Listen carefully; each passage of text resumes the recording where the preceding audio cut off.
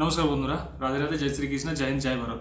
তো যারা 18, 19, 20 বছর বয়সে যাদের রক্ত খুব গরম, যারা ভাবো বর্ডার মুভি দেখে যে ফৌজি যাব, যারা সোশ্যাল মিডিয়াতে নানান পোস্ট দেখো ফৌজিদের, ইন্ডিয়ান আর্মিদের যে হ্যাপি লাইফস্টাইল, বহুত রিল্যাক্স লাইফস্টাইল, বা দেশের জন্য কিছু করব, বন্দুক পাবো, AK-47 চালাবো, এইসব মেন্টালিটি যারা আছো, যারা এইসব ভেবে ফৌজে আসার চেষ্টা করছো, তাদেরকে বলি ভাই, 18, 19, 20 বছর বয়সটা তোমার হচ্ছে রক্ত গরম বা ডিসিশন নেওয়ার মেন টাইম।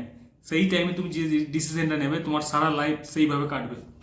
তুমি যদি চাও যে ফৌজে আসতে, যদি তোমার ভালোবাসা শুধু AK-47, রিল্যাক্স লাইফস্টাইল আর বর্তির প্রতি থাকে, তাহলে বলবো ভাই ফৌজে এসো না। কারণ তোমরা যেটা দেখো সেটা রিলস আর রিয়েল লাইফের মধ্যে বহুত ডিফারেন্স। রিলসে শুধু বা বলিউডে শুধু তোমরা ওইটুকুই দেখো যতটুকু দেখানো হয়। ডার্ক সাইড বা ভেতরের যে রিয়েলিটি সেটা তুমি জানো না। তোমার বাড়িতে আজকে খাবার ভালো লাগছে না, তুমি তোমার মাকে বলো যে খাবার ভালো লাগছে না, আজকে খাবো না, অন্য কিছু বানিয়ে দাও, বা নিজের কাছে পয়সা থাকলে অন্য জায়গায় কিনে খেয়ে নাও। কিন্তু ফৌজে, লঙ্গর বা মেসে যে খাবারটা বানবে সেই খাবারই খেতে হবে। তোমার হয়তো দুদিন একই সবজি বাড়িতে বানিয়ে দিচ্ছে, তোমার ভালো লাগছে না, মাকে বলে যে দুদিন ধরে একই সবজি খাচ্ছি, ভালো লাগছে না, চেঞ্জ করতে, তো চেঞ্জ হয়ে যাবে, নয় তুমি বাইরের রেস্টুরেন্টে কোনো খেয়ে নেবে। কিন্তু ফৌজে এরকম কোনো অপশন নেই। কখনো তো এমনও সময় আছে যে তোমার 1-1.5 মাস স্রেফ ডাল আর চাউল রুটির ওপরেই তোমাকে বেঁচে থাকতে হবে। তাছাড়া তুমি না সবজি দেখতে পাবে। এটা হচ্ছে ফ্রিডম, স্বাধীনতা। তুমি বাড়িতে যেমন খুশি সেরকম ঘুরতে পারবে, যেমন ড্রেস পরতে পারবে। কিন্তু ফৌজে তার উল্টো। ফৌজে তোমার নিজের মতো ড্রেস করতে পারবে না, নিজের মতো চুল কাটিং করতে পারবে না, নিজের মতো দাড়ি রাখতে পারবে না, নিজের মতো চলতে পারবে না।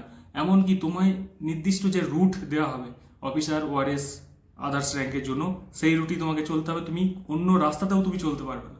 টাইম টেবিল, টাইম ম্যানেজমেন্ট সব থেকে মোস্ট। তোমাকে যে টাইম দেওয়া হবে সেই টাইমে তোমাকে যেতে হবে, ওয়েট করতে হবে তোমাকে। এমনও জায়গায় তোমার ডিউটি আছে যেখানে দেখবা পাবলিক চাপ তোমার উপরে প্রচুর বেশি, কিন্তু গভর্নমেন্টের চাপও তোমার উপরে অনেক বেশি।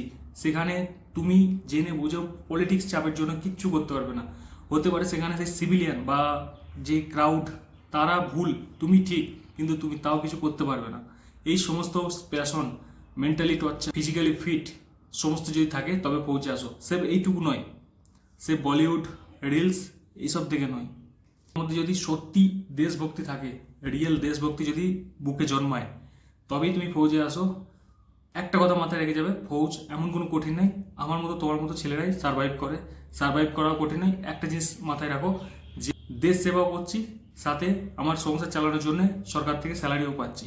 ব্যাস এইটুকু যদি মেন্টালিটি থাকে বা দেশভক্তি তোমার মনের মধ্যে যদি থাকে, তবেই তুমি ফৌজে এসো। নাহলে এই বলিউড আর social media reels, relax life দেখে এসো না। নমস্কার, জয় হিন্দ, জয় ভারত।